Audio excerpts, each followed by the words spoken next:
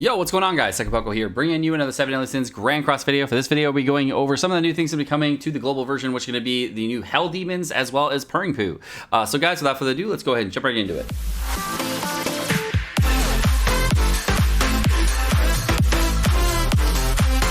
So of course, Netmarble has taken the reins and started to release content in a different fashion for video format content. And of course, they have Evil Lilia stuff saying that the disaster video is live in Valetine, but it's not up next. But they are saying that the Hell mode boss battles are now available across the kingdom. This is going to be happening next. So it's going to be Hell Red, Gray, as well as Crimson. And in this, they're going to be talking about different things that for the boss battle. There's also going to be a new Puringpo battle, which is a new 4-man raid, very, very similar to the way that the Attack on Titan raid worked out. So this gives you an idea of what to expect going forward. Those are the two main things they're adding. They are also adding a brand new assortment of characters that are going to be into the game. The first of which is going to be the Green Demon Meliodas, then Red Normal Liz, Blue Jericho, and then we have the Valentine Units, which I've gone over in previous videos, and we'll go over it in this video so you guys can see all the different units and see what they are worth and if they're going to be good or not. There's also, of course, if you didn't know, they actually went over the new code for the Secret Boss. If you didn't know, it is Assassin. We're going to have Slater this week. Next week will be Green King, of course, and finally the last week will be Red Nunchuck Bond. So you'll know that the next box is going to be arriving on September 14th, which will contain a copy of Green King. So, Sekapoko, that's really cool and all, but why should I give a fuck about these units? Well, these units are the characters in the game that actually give you cosmetic upgrades for guaranteed cosmetic upgrade drops in Hell Demons. And why are cosmetic upgrades important? Well, they provide you extra bonuses stats when you're actually going to be upgrading your units. So let's go ahead and go over to the new Festival King, and I'm going to go ahead and put some gear on him real quick. So, I'm going to go to Festival King, and he has 54,455 combat class. And as you can see here, I have an SSR cosmetic that I can actually upgrade right now in order to get myself a little bit more stats. So if I do max this out, of course, I get an extra guaranteed, goes up 158 up to 162 extra stats. And yes, you can take SSR cosmetics and upgrade them to UR.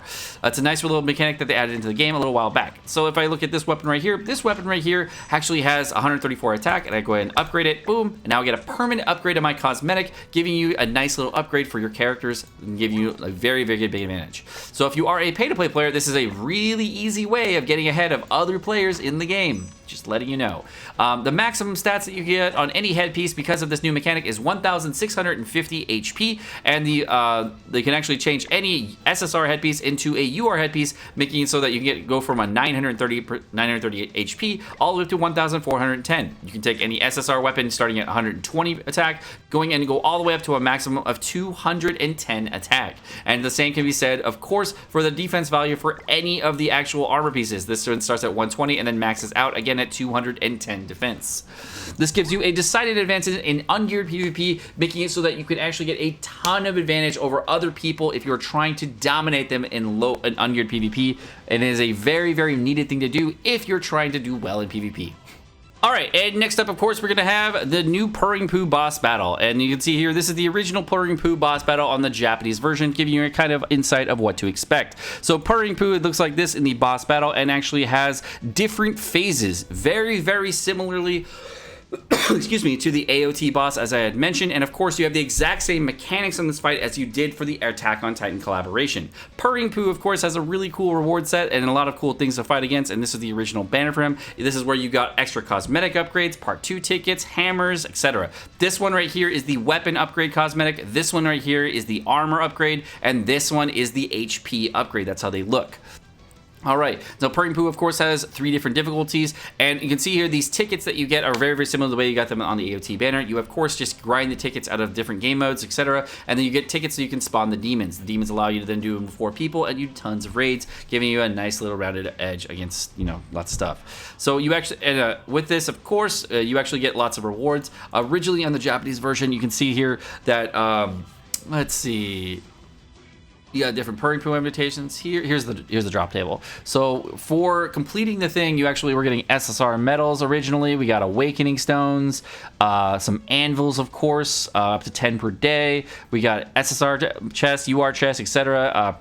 We got perfumes for the headpieces.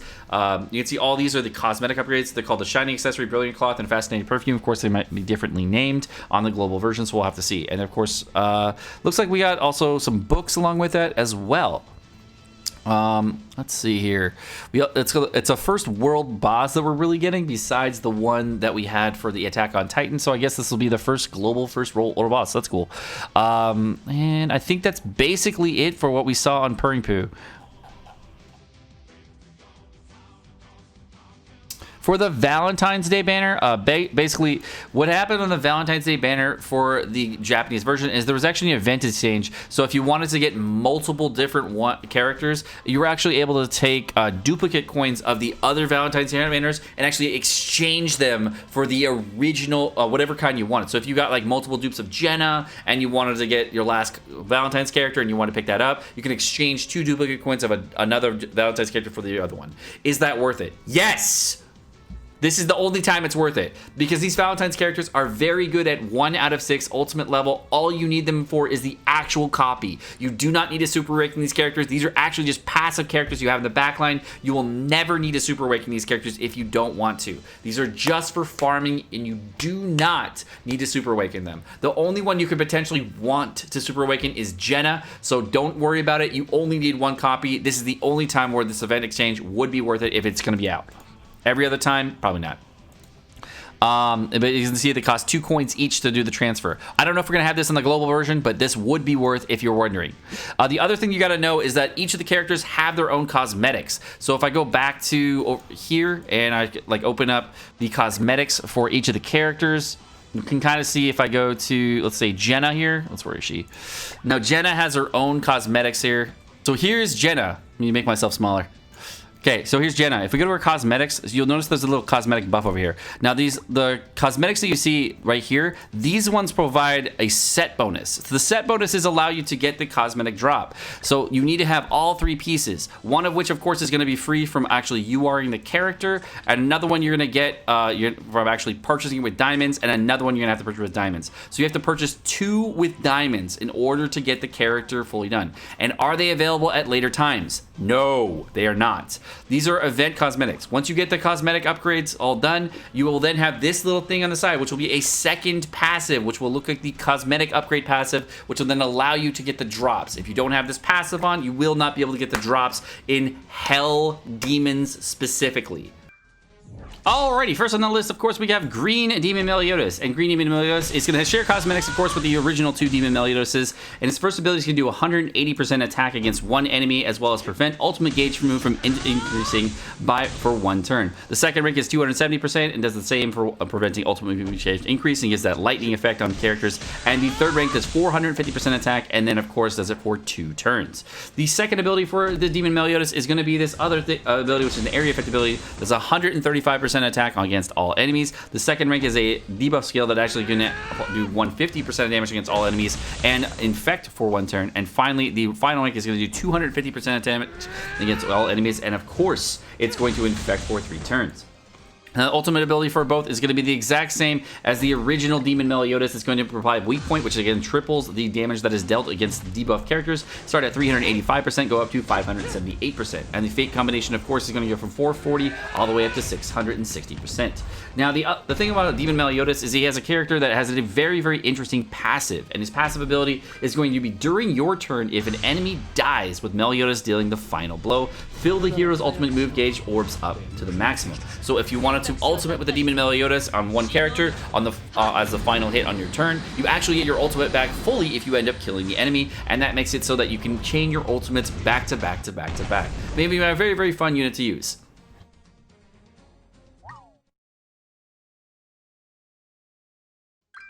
Next up on the list, we have the new Red SSR Liz. And the Red SSR Liz has a brand new mechanic to the game that's going to be 130% attack into all enemies and heal one ally up to 80% of the damage dealt from the lowest HP ally. The rank 2 of this ability is going to do 200% attack, but then heal your entire team by 30% of the damage dealt. And the rank 3 of this is going to do 300% attack and then heal for 40% of damage dealt. The second ability for this new Liz, of course, is going to be remove debuffs from all allies. It is a full cleanse based on a rank 1 ability, a rank 1 cleanse with a buff skill, which is really nice. The second rank is going to be remove debuffs from all allies and increase defense-related stats by 50%, giving you a nice little boost to your resistance, your crit crit defense, your crit resistance, and overall defense. And the final rank of this list is going to be remove all debuffs from all allies, grant debuff immunity, and increase defense-related stats by 50% for 3 turns, giving you a very, very nice little buff and debuff immunity. The ultimate ability is the exact same, of course, as the green SSR Liz and the blue Goddess Liz, getting a total of 420% attack off her heal, and going up to 630% attack, and of course, heal, increasing your ultimate gauge by +2. The Fate combination, of course, with Fat King is going to give you 480% healing all the way up to 720%, and of course, give you that extra 2 ultimate gauge as well.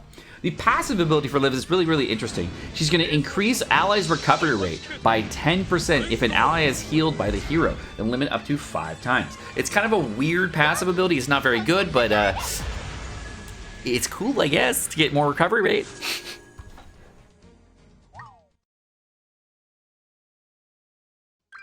Next up, we have the Super Duper Waifu Jericho. Now, the Super Duper Waifu Jericho has a very, very cool kit. This is one of my favorite units from the 3 New Year's units, and it's going to have a first ability that's going to be a single target explode ability. Explode, of course, does 200% damage after the second turn on the first ability, and then on the right 2 of it, it's going to do after the first turn. So it's basically a delayed damage over time and does mass damage against enemies. You can see it's pretty darn hard. Starts at 200%, goes to 240, up to 400%. And the explode damage, of course, is 100% of the total damage dealt. The second ability for her is going to be a 180% damage against one enemy and decrease HP related stats by 15% for 1 turn. The second rank is going to do 180% attack, but then again, so it's the same amount of damage, but it does the HP related stats for 2 turns. And finally, the rank 3 of this ability is going to do 300% attack against one enemy and decrease HP related stats by 30% for 2 turns. It's a very, very interesting buff to work with. Now, of course, Jericho's ultimate ability is the same as the green Jericho, where you're going to get the inflict spike mechanic. And the spike, of course, does double critical damage, making it so that you start at 560% and going up to 840% damage at maximum, giving you a massive amount of crit damage, as you can see here. Now, the second rank, the ability for Jericho for the Fate combination, starts at 640% and goes up to 960% with Gila and does en masse damage. Now, the thing that makes this Jericho super, super cool is the ultimate ability, the passive ability for this Jericho. And the passive ability is going to increase critical chance of all allies if an ally crits or you crit on the Jericho. So any crit will increase your entire team's crit by 5%, giving you a stacking crit chance up to 50% for your entire team, making this unit a very, very good unit to have in the sub slot or to unit in the main team. Now all three of the units I just managed for Hell Demons are going to help you spawn guaranteed demons, I believe. And I think the green demon Meliodas is the one that spawns the gray demon, I want to say. The red one will spawn the Liz will probably spawn the red, I think the Liz spawns the gray demon. Liz spawns gray demon? No? They all spawn demons. They all spawn guaranteed kinds of demons. So if you use them in your farming teams or any way for these cosmetics, you can spawn guaranteed demons. And then the next one's going to be the Valentine's units. Now, the first unit in the list is going to be the most important fun unit for you to be using when you're going to be using it in deathmatch. It's going to be the new Red Elaine. Red Elaine is going to do 240%, 300%, and 500% damage against one enemy, and have the Ikima style ability, where it, of course, increases ultimate gauge by +1 or +2 at final rank. 500% at max damage, making her so that she hits really hard, but she's not really used for that reason. She's the unit that actually helps you get extra cosmetics from Crimson Demon, and which will give you the weapon increased cosmetics. The next thing, of course, is going to be it decreases defense related stats against all enemies, the exact same thing as Benny Maru's AoE skill, where it decreases defense related stats of all enemies by 20%, 30%, and 40% at maximum rank. It makes it so that you can actually get more critical damage with a critical chance, as well as they actually just get lower critical resistance, defense, and resistance. So I mean, that's basically what happens. The last thing for this Elaine, of course, is her ultimate ability. It's gonna be the same as the green Elaine ultimate ability, giving you the ability to cancel buffs and stances against one enemy and do 490% attack all the way up to 735%, as well as stun enemies for 1 turn. And the main 2 reasons for this Elaine to be a good unit is, of course, for her passive ability, and because this unit also has a very, very nice mechanic giving you extra cosmetic drops for guaranteed cosmetic drops in the Crimson Demon. This makes it so that you get increased status-related buffs by 1.5 times for all allies in Deathmatch. So if you use a Derriere with this character, of course, you get, instead of 10% per buff, you actually get 15% per buff stack on your Derriere. Then instead of your actual raw buff set at 50%, it gives you 75% buff on your buff stacks. And, of course, more for defense and HP. Next unit on the list, of course, is going to be Jenna, and Jenna is going to give you the increased drop rate mechanics for the Red Demon, giving you extra armor piece upgrade cosmetics. The first rank for this ability is going to be 135% attack against all enemies, and it goes to 150 and finally 250%. It's going to imply effect for 1 turn at rank 2 and finally effect for 3 turns at rank 3. The second ability for Jenna is going to be a single target ability. It's the only single target ability in the entire game that is going to cancel stances at rank 1. It's going to do 180% damage and cancel stances at rank 1, do 300% damage at rank 2, and finally 500% damage at rank 3. And it's going to cancel stances at all ranks, which is really, really nice. Now, the last thing for the Jenna, of course, is going to be your ultimate ability, which is going to have the really nice ability called Break. And Break is the mechanic that it's going to equal double damage versus any enemy that has a stance on, giving you 560% damage against one enemy, all the way up to 840% damage, and double damage, of course, versus stances, which the Red Demon does all the time. Now, the last thing for Jenna, of course, is her passive ability, and her passive ability is when this unit can only receive 1 debuff effect. And when this unit does have a debuff effect on her, she's going to increase her own attack by 20%, giving you a massive amount of damage against enemies if you do want to get the extra attack buff on her. And no, it does not stack because it's just 1 debuff, and you can only get 1 debuff.